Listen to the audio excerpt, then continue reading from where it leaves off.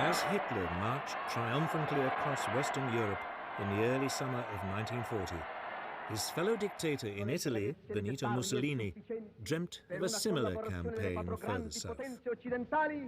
Chiama il sangue i principi che sorgono e che nascono e I principi che declinano. La vittoria è per noi, per I primi.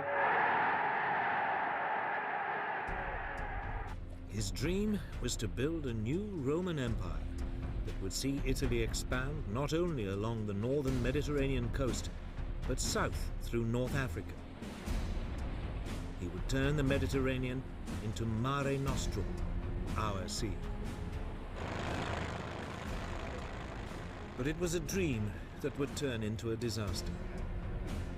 It would lead, in due course, to Mussolini's death and fatally overextend his German ally.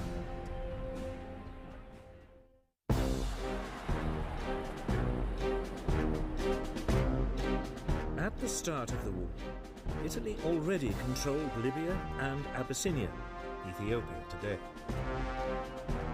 Mussolini calculated that if he could take British-controlled Egypt and Sudan, he would be able to create a huge swathe of Italian-controlled territory. It looked like an easy campaign. Italy had 10 times more troops in the region than Britain.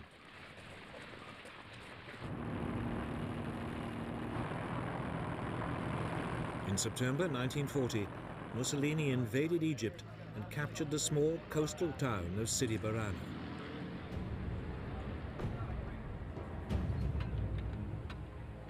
There, the Italians stopped and dug in.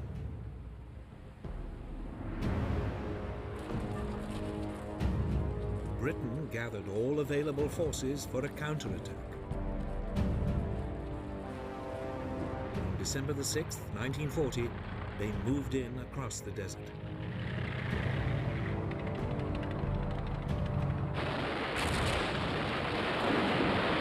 Just 4 days later, they overran the Italian defenses.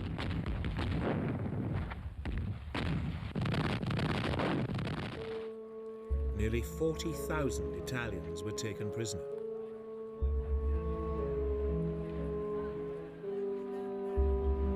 It was the first sign that the Italian army was in poor fighting shape. The remainder of the defeated Italians retreated back across the Libyan border.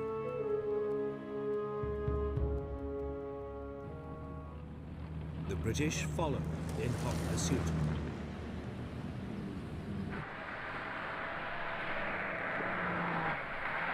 In barely a month, the Western Desert Force, as it was called, had advanced almost 600 miles across Libya.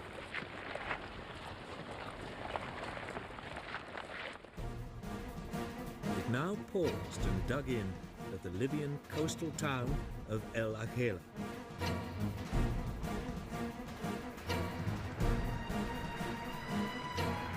Almost half of Italy's Libyan empire had been seized and over 100,000 Italian troops taken prisoner.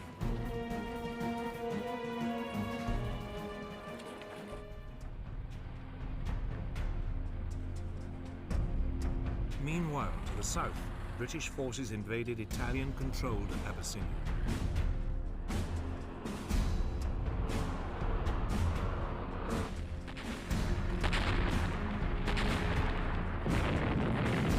The fighting lasted for nearly 12 months. The rugged terrain made communications and transport difficult. But in the end, the Italians were forced to surrender.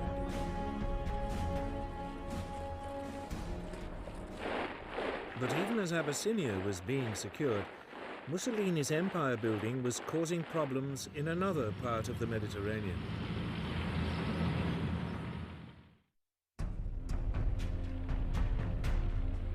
Nearly 2 years earlier, in April 1939, as part of his plan for a new Roman Empire, Mussolini had occupied Albania. The following year, he demanded Greece become an Italian colony. When the Greeks refused, he invaded.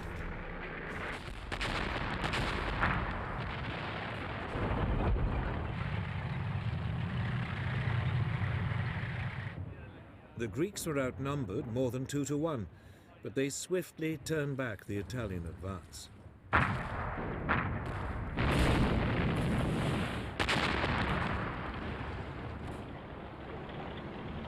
By the beginning of March 1941, the Italians had not only been pushed out of Greece, but out of much of neighbouring Albania too. Britain's Prime Minister, Winston Churchill, promised help so the Greeks could finish the job. But Britain's forces were already heavily committed elsewhere. So it was that the British units in North Africa were told to abandon their Libyan adventure and ship much of the force across the Mediterranean to Albania.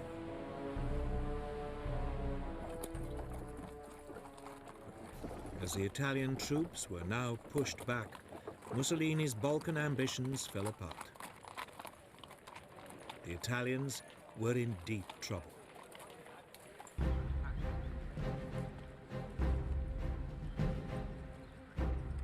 It left Hitler with a problem. Should he divert troops from elsewhere in Europe to support his most important European ally, or should he abandon Mussolini to his fate? He decided to help.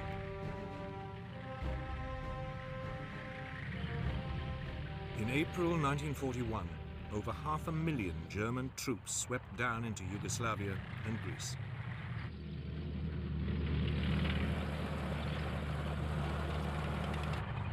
For Germany, it would prove to be the beginning of a fateful entanglement with Mussolini's political dreams.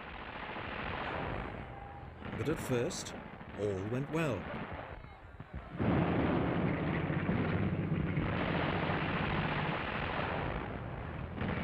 The Greeks, despite British help, were unable to hold the Germans back, and in late April, the Axis forces captured the Greek capital of Athens.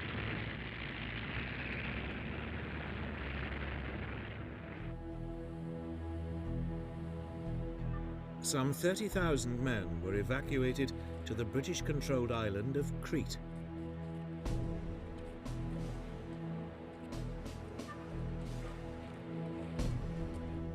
Hitler decided to flush them out.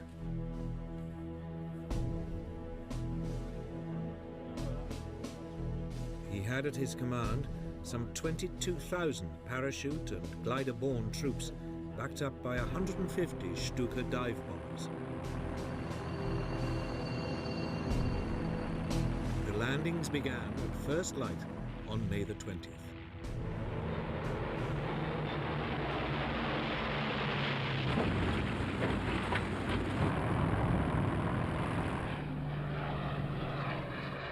To begin with, they focused on the main airfields. The Allied forces were overstretched. There were incessant German air attacks.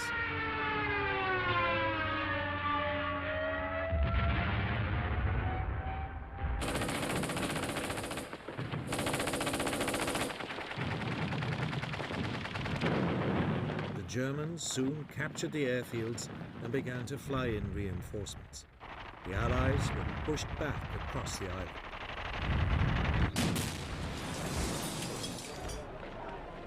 Two weeks later, it was all over. 15,000 Allied troops had to be evacuated.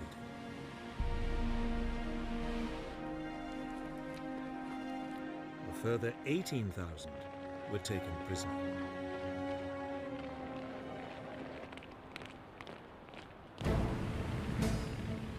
The Axis powers now controlled much of the Mediterranean and the critical supply routes to North Africa. It looked as though Hitler's decision to support Mussolini had paid off. He was poised to drive Britain out of the entire region.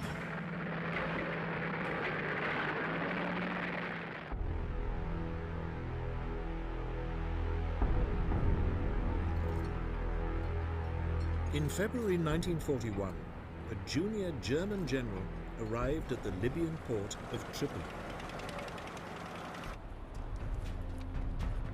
Erwin Rommel was one of the rising stars of the German army and had been chosen by Hitler as the man to rescue his Italian ally and retake North Africa for the Axis powers.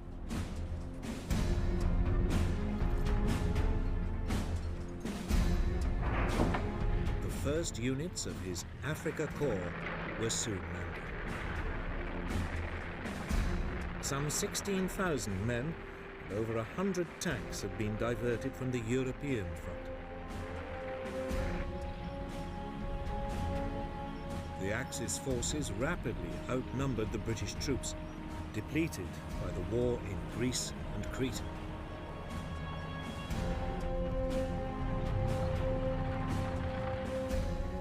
Rommel advanced towards the British positions at El Agheila and attacked.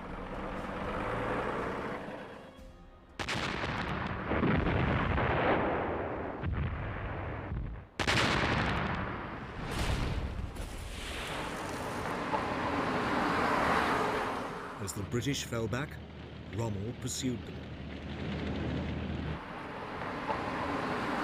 In a matter of weeks, the Allied soldiers had been pushed all the way back to the Egyptian border.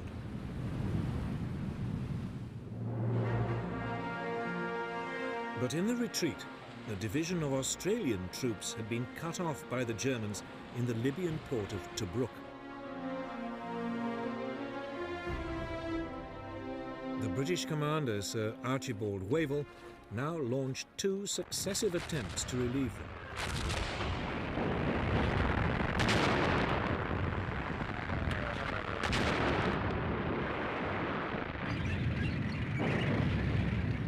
Both were fought off by Rommel's now well-encamped troops. The Germans massively outgunned the British. Their 88mm anti-aircraft guns, when used against tanks, far outranged the British. Moreover, Rommel took advantage of the wide-open landscape to drive his tanks around the British forces, outflanking them time and time again.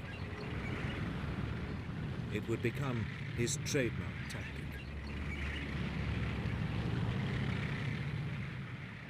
The British press, half grudgingly, half admiringly, nicknamed Rommel the Desert Fox. For Wavell, it was too much. Now exhausted, he was replaced by General Claude Auchinleck. Auchinleck came under immediate pressure to try again to relieve the Allied troops in Tobruk. But he refused until his forces had been reinforced.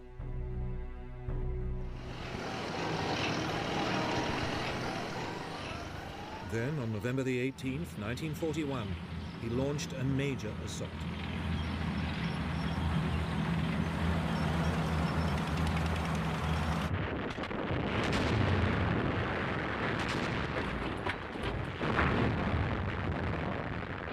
Operation Crusader, as it was called, started with a lengthy armored dogfight.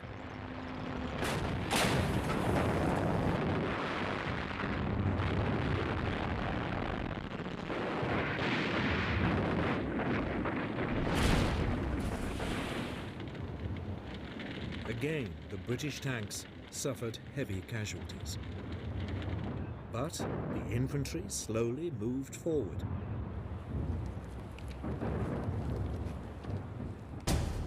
Finally, after a month of confused fighting, Rommel retreated. Tobruk had been relieved. The Axis units fell back along the coast, all the way to their starting point at El Agheila.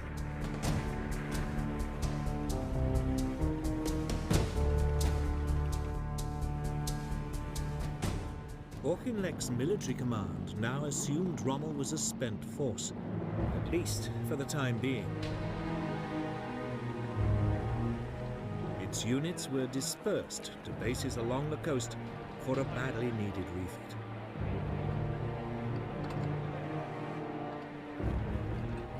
it was a mistake.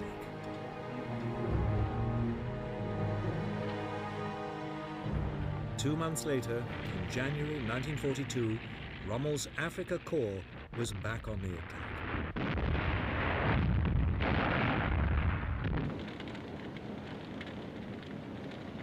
It quickly brushed aside the forward units of a now unprepared British army. The chase along the coast of Africa began all over again.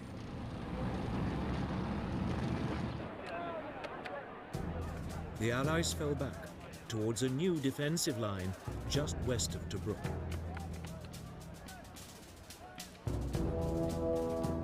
Here, a series of defensive positions, known as the Gazala Line, were constructed. Rommel attacked it at the end of May 1942.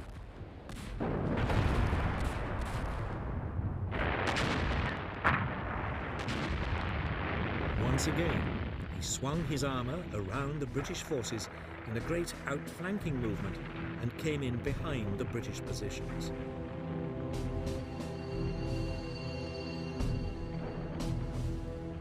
But this time the British were prepared for it and tried in turn to outflank Rommel.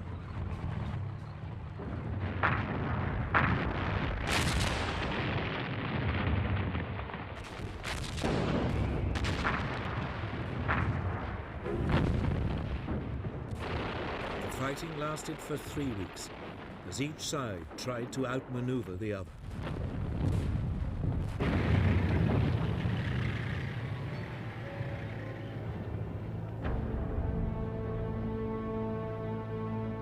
Eventually, the British were forced to retreat. 3 days later, the Germans overran the Allied positions. Rommel pressed home his advantage.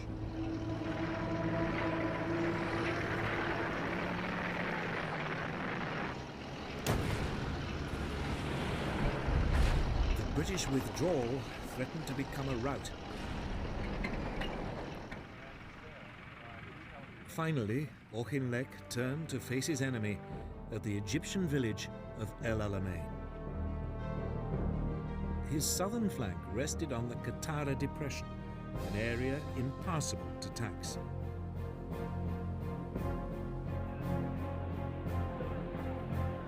On July the 1st, 1942, Rommel attacked again.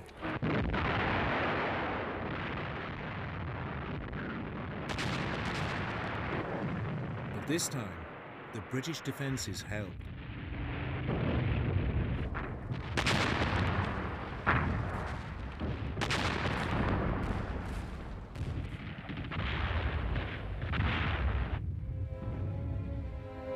Rommel, with his supply lines stretched and now seriously short of fuel, was forced to give up.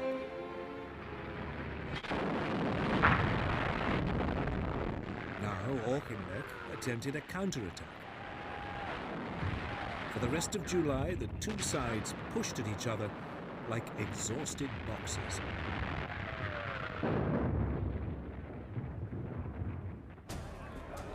Churchill was furious at the lack of British progress and now visited Egypt.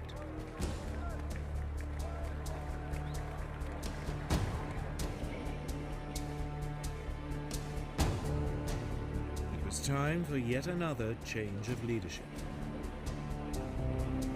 Auchinleck was replaced by not one, but two generals. General Harold Alexander as Commander-in-Chief near East, and General Bernard Montgomery as Commander of 8th Army. The British and Axis forces had fought each other to a standstill. There was no clear winner, and the fate of North Africa still hung in the balance. Everything would now depend on whether the British could throttle the Axis supply routes across the Mediterranean.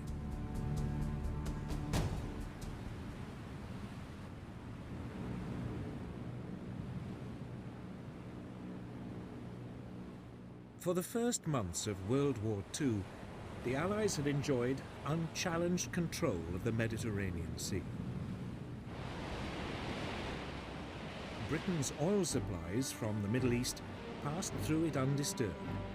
Communications with the Empire in India and the Far East were secure.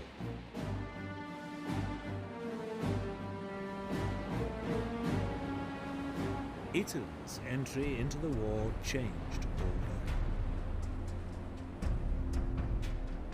Its naval fleet was modern and well equipped. The Italians now concentrated their fire on the strategically crucial British-controlled island of Malta. The island was an important refueling base for British submarines and aircraft in the eastern Mediterranean. It had become the centre for Royal Navy attacks on Italian and German supply convoys to North Africa.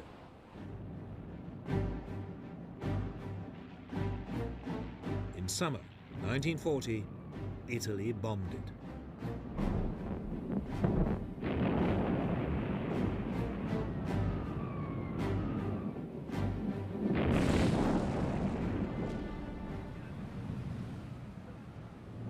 It was the beginning of a 2-year assault, which would inflict terrible suffering on the island's population.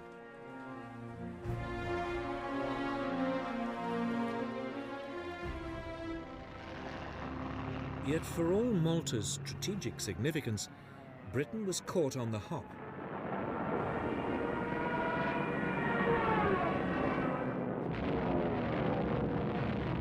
There were no fighter aircraft on the island to beat off the attacks.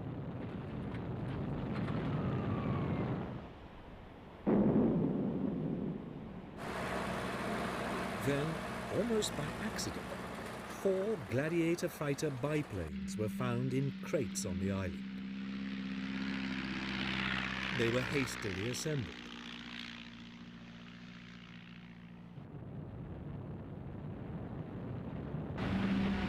The aircraft put up a fierce resistance.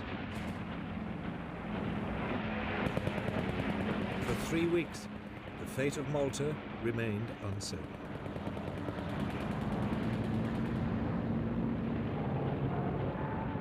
Then, finally, British fighter reinforcements arrived, and the Italian bombers were temporarily beaten off.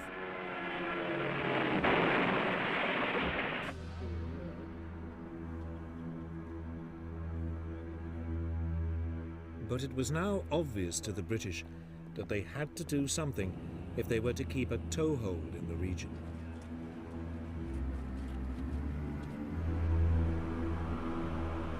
That winter, Britain launched what it hoped would be a knockout blow against the Italian Navy.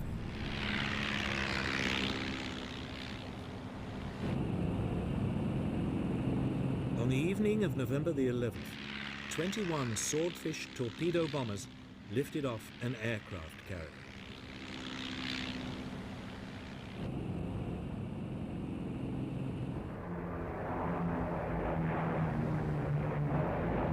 They swept in on the Italian fleet, anchored in its base at Taranto.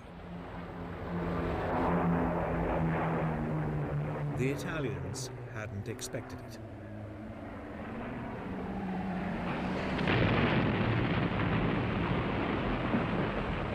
Three of Italy's 6 battleships were crippled. 4 months later, Britain struck again.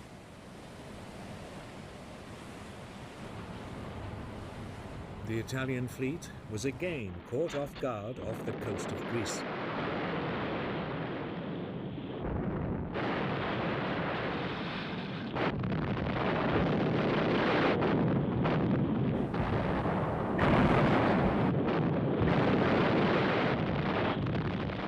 A 4th Italian battleship was damaged.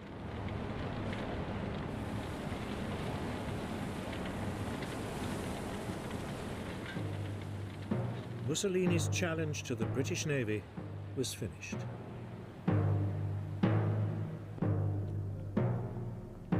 It was a turning point for Hitler, too. It was now clear that Italy could no longer be depended on to maintain control of the Mediterranean.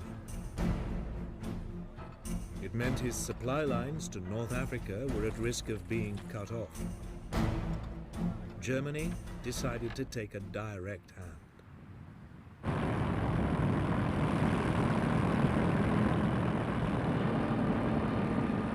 In early 1941, the Luftwaffe bombed Malta.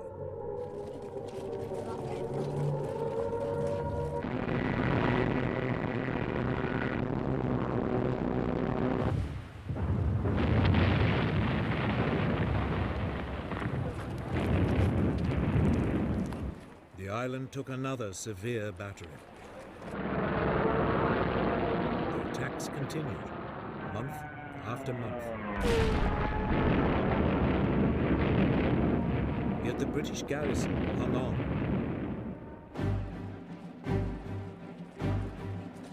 During an interlude in the German bombardment in autumn 1941, it even managed to step up its attacks on the Axis supply convoys to North Africa.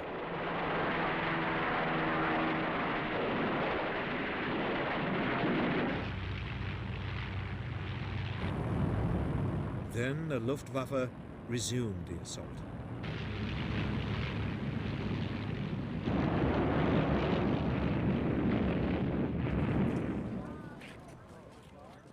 But despite the battering, the people of Malta held on.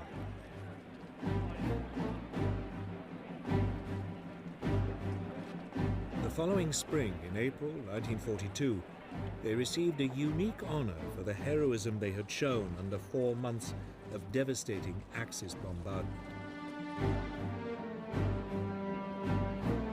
The island was awarded the George Cross, Britain's highest award for civilian courage.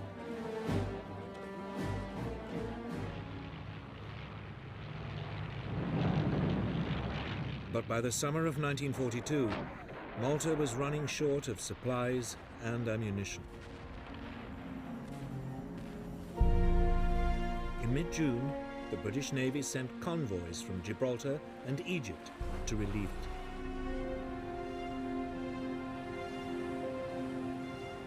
But the Germans were waiting.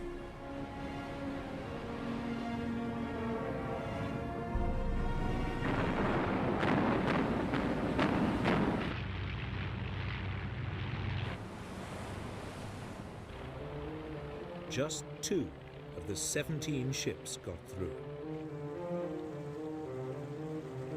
The situation on the island was getting desperate. It was time for some decisive action. In August, Britain launched Operation Pedestal, the biggest convoy ever sent to Malta.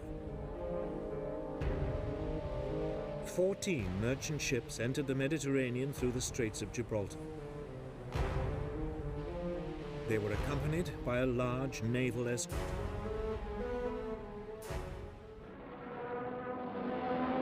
Almost immediately, they ran into German opposition.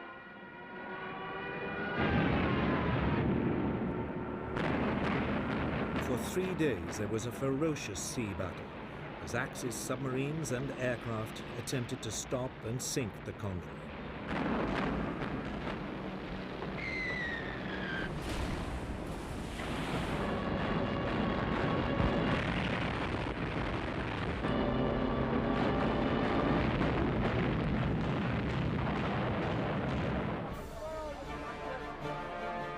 Finally, on the 4th day, 5 of the British merchant ships made it into port.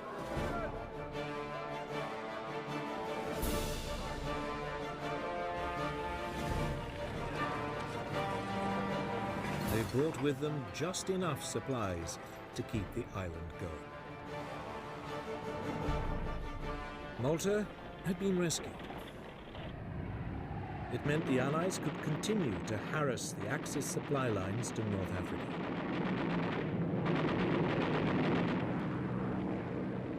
It was a strategic advantage that would prove crucial to future events in the region.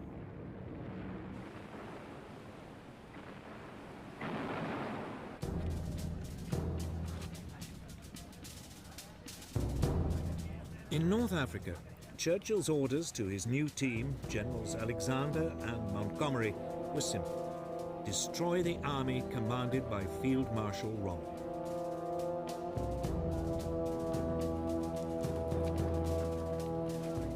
Almost immediately they were informed by the team that had broken Germany's Enigma code that Rommel was preparing to attack them.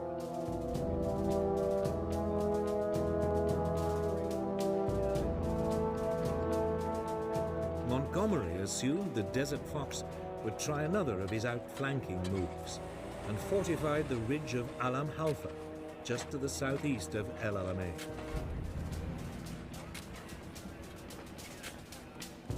It was, he hoped, the rock on which the Axis forces would be broken.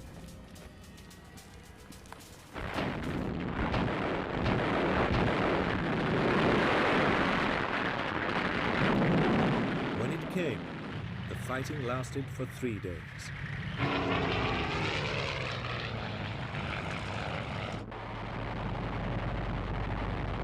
This time, Allied ground forces were helped by air power.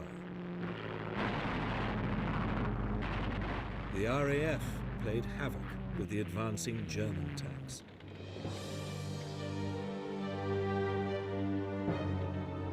Rommel was forced to give up, and, short of fuel again, he pulled back.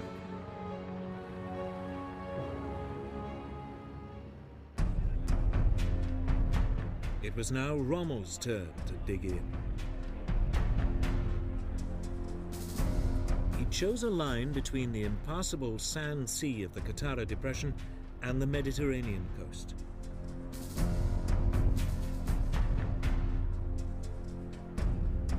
Great belts of minefields were covered by artillery. Rommel's panzer divisions were held back as a mobile reserve to destroy any Allied breakthroughs. Montgomery was well aware it was a formidable barrier. He also knew it was impossible to outflank it.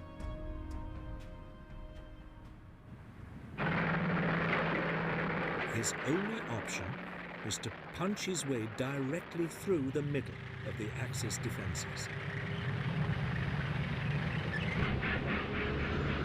He was helped by a flood of new equipment from the United States, which included the new American Lee and Sherman tanks with 75mm guns.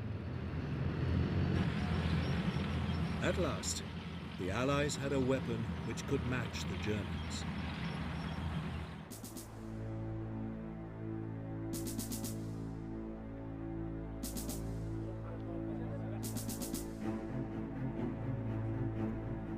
Finally, on the evening of October the 23rd, 1942, the British opened up an artillery bombardment on Rommel's positions.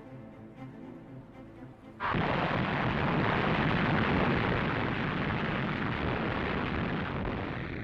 Battle of El Alamein had begun.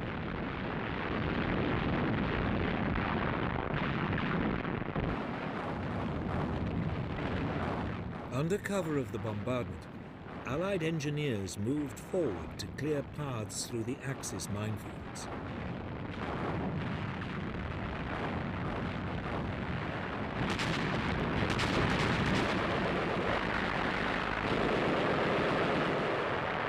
British, Australian, New Zealand and South African divisions fought to drive a hole through Rommel's defences.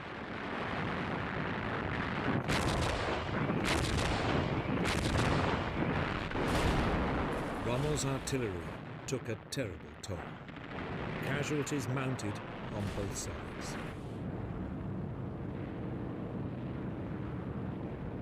The Axis forces were harried by Allied air power.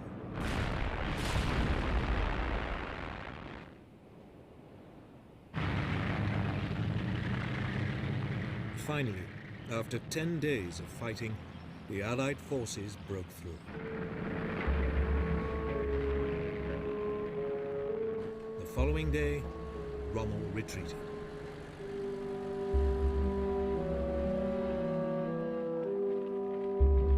It was Germany's first major defeat at the hands of the Western Allies. Churchill was triumphant. Ah, this is not the end. It is not even the beginning of the end. But it is perhaps the end of the beginning.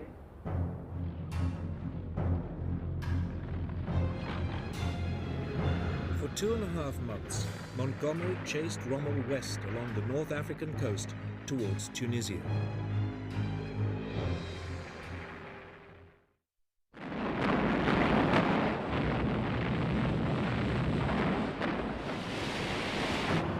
Meanwhile, an Anglo-American force had landed 1,000 miles to his rear in French North Africa, Morocco and Algeria today.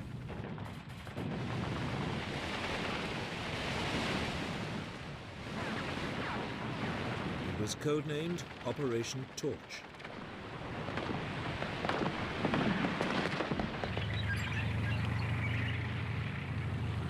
The Allied First Army was soon moving eastwards towards Tunisia.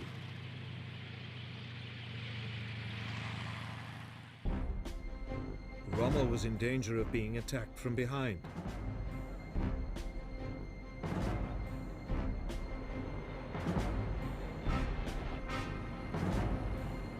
Over the next few days, the Germans flew in tens of thousands of troops from Europe to save Rommel and shore up the German position in North Africa. Finally, in late February 1943, Rommel, reinforced, set up a new defensive line 100 miles inside Tunisia and turned to attack Montgomery's advancing forces.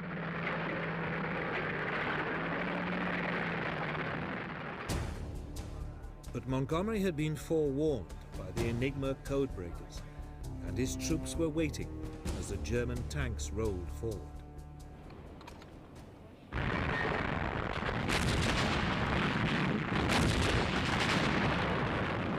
British artillery broke up the assault, and the panzers were quickly halted. It was Rommel's last battle in North Africa.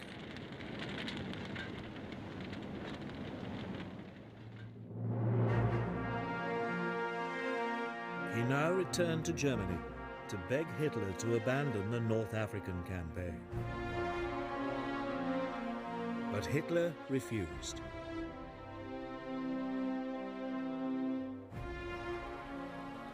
It was a misjudgment.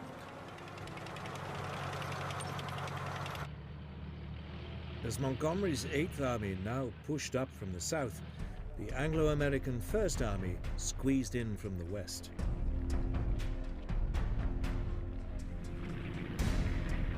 On May the 7th, US forces took the port of Bizerta. The British 7th Armoured Division, the famous Desert Rats, drove into Tunis.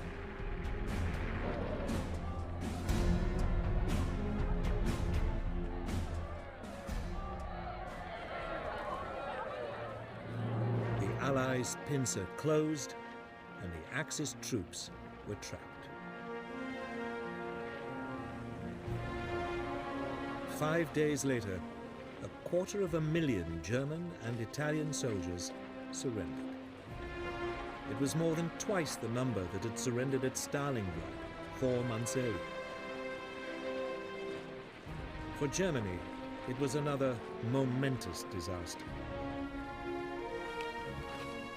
The following day, the British Regional Commander-in-Chief, General Harold Alexander, signalled Winston Churchill, "Sir, it is my duty to report that all enemy resistance has ceased.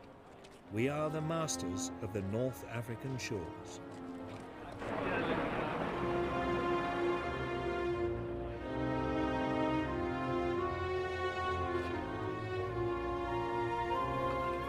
Mussolini's gamble in North Africa had taken a terrible toll on German resources.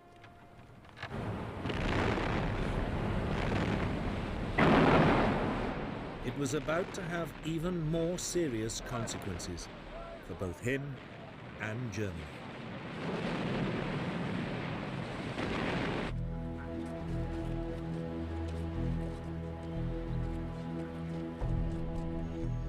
In In January 1943, at a conference in the Moroccan city of Casablanca, Churchill and Roosevelt agreed to open a new front on German-dominated Europe.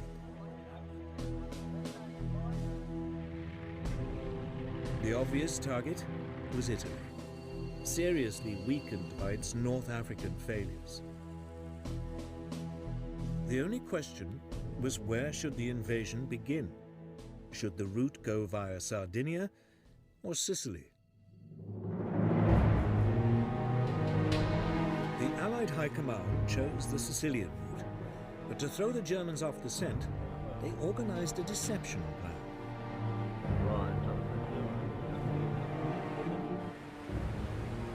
Operation Mincemeat was launched.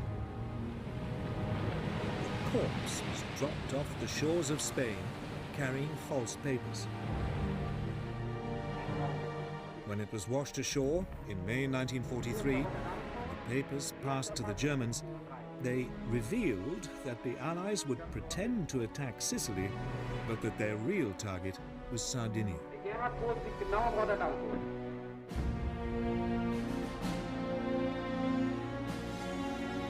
Enigma code breakers soon confirmed the Germans had fallen for it.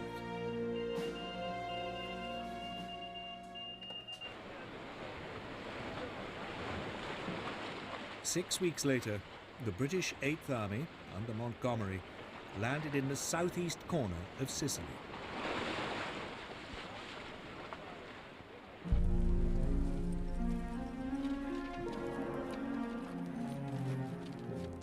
The Italian coastal troops presented few problems.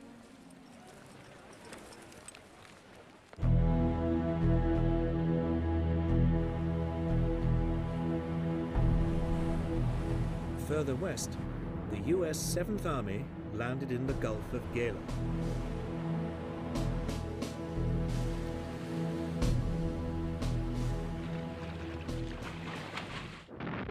The Italian resistance was again overwhelmed.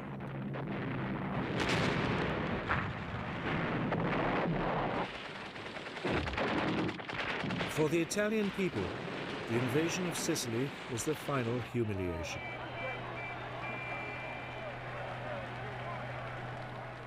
Mussolini was overthrown in a popular uprising.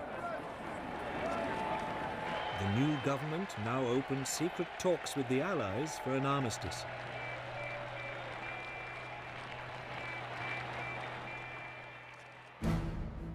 For Hitler, it was another nightmare.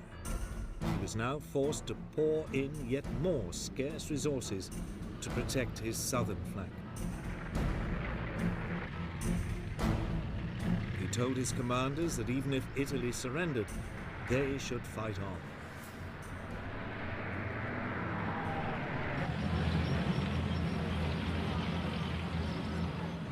Within 5 weeks, the Germans had been pushed out of Sicily. The Allies now crossed to the mainland and pushed up through the country.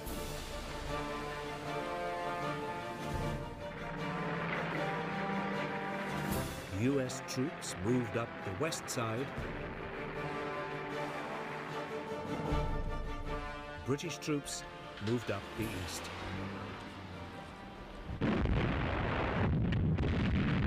The Germans fought back savagely all the way.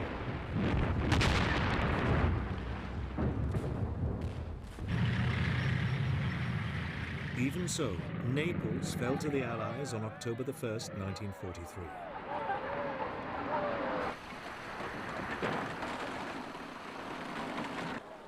But then their progress was slowed by autumn rains and skillful German rearguard attacks.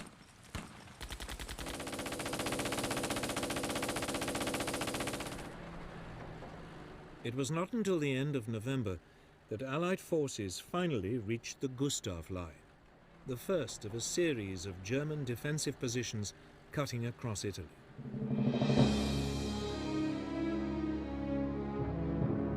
British troops managed to break through at the eastern end of the line, but winter was setting in, and bad weather forced them to halt.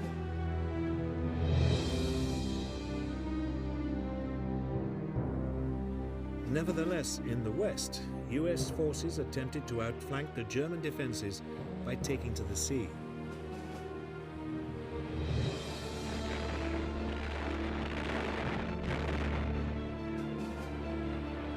They landed January the 22nd, 1944, 60 miles to the north at the point of Anzio.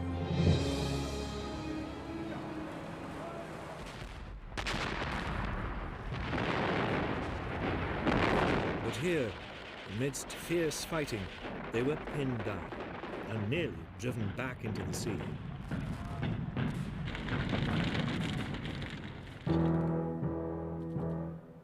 The Americans remained trapped at Anzio for the rest of the winter and into the spring.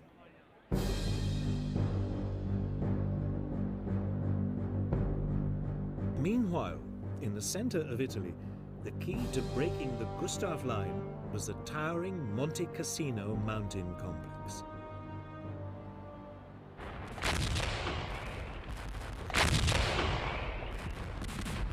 As spring came, there was a series of attempts to capture it.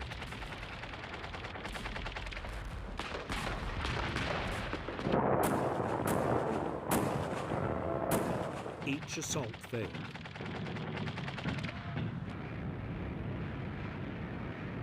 In desperation, the Allies bombed the historic monastery on the summit.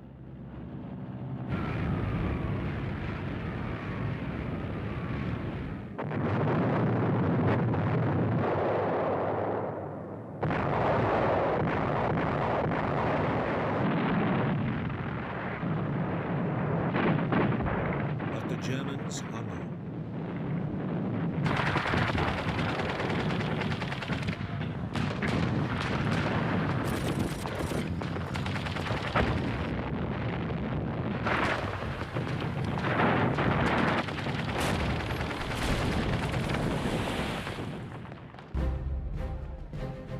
Finally, in late spring 1944, as the weather improved, the Allied forces broke through the German lines. Simultaneously, the Americans broke out of Anzio. The Allied forces now moved swiftly north to Rome.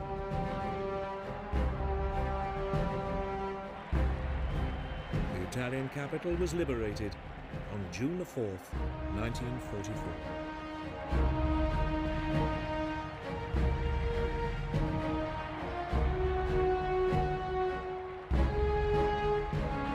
For Hitler, it was another blow. He was now hanging on to Italy by his fingernails.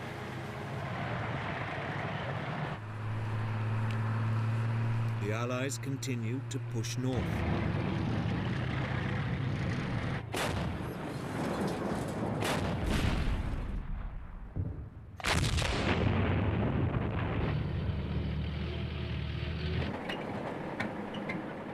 The German defenders finally fell back to the formidable Gothic line, just north of Florence.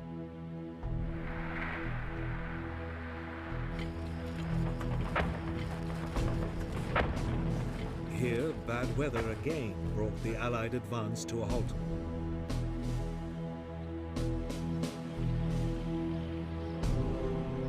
It wouldn't be until the spring of 1945 that the campaign could resume and Italy was finally won.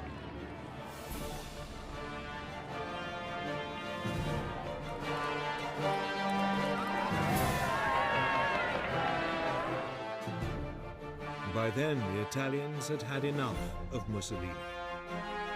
He was captured by Italian partisan forces and shot.